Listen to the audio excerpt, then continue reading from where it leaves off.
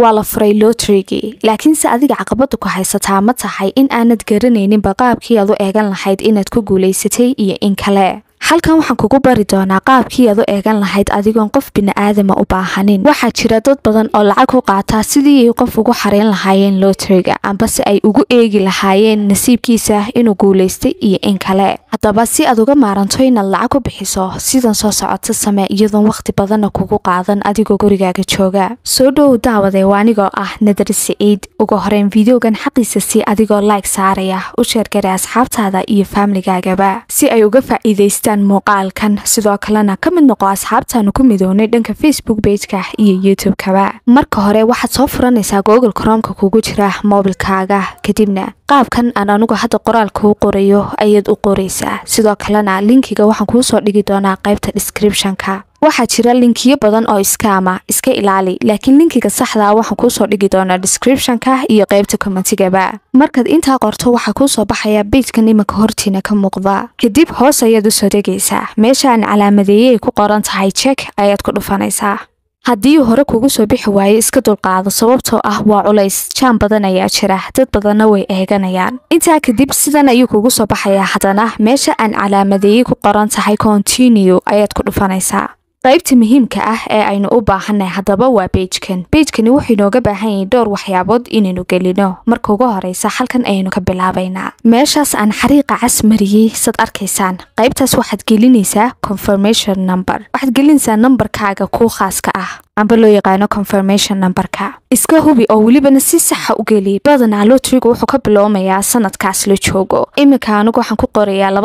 2024 waxaana sii raacinayaa nambaro iyo xarfo aan jirin laakiin adigu iska hubi oo si saxa u geli nambarkaaga intaas kadib hoos u soo deg qaybta labaad waxa ku qoran last family name waxaad ku qoraysaa magaca awga yacni magaca awga oo kaliyaata wax kale ma raacinaysid anigu halkan waxaan ku qorayaa magacii dumarba ay isku raaceen ilaan waa iska tijaabay Axmed hadduu jiro qof Axmed la yiraahdo daawanayana waan salaamayaa markaad soo dhamaysid intaas u soo deg qaybta saddexaad qaybtan kaliyaata waxay nooga baahan tahay inaynu gelino sanadkii aad dhalatay bilna ma raacinaysid maalina ma raacinaysid kaliyaata waxaad gelinaysaa sanadkii aad lottery-ga ku soo xareysatay waad xasuusataa baan u malaynaya sanadkii oo kaliyaata ayaad halkan gelinaysaa anigu waxaan iskaga qorayaa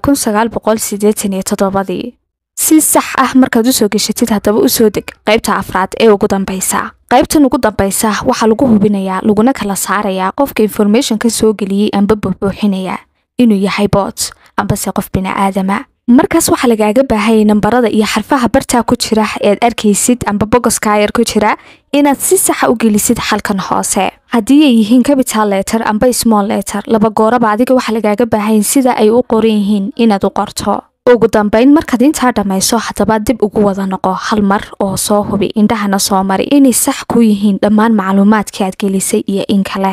waxaan rajaynayaa inaad ku guuleysan doontid nasiibkaaguna uu noqon doono mid wanaagsan haddaba waxaad ku dhufanaysaa amba aad taabanaysaa meeshaas aan mariyay calaamada cas amba se ay ku qoran tahay submit waxa kuu soo baxaya page cusub page-kaasoo kuu sheegaya resultiga amba natiijadii ugu dambeysay inaad ku guuleysatay iyo in kale nasiib wanaagsan waad ku mahadsantahay haddii aadna la soo gaadhay ilaa iyo dhammaadka muuqaalkan fadlan muuqaalkan xaqiisa si oo like-ta iska saar walaalo kulleyba waa bilaash lacag maahe mahadsanid sidoo kale haddii ay tahay markii kugu horeysadna soo booqato nagu xidhnow oo ka mid noqo asxaabtaanu halkan ku midownay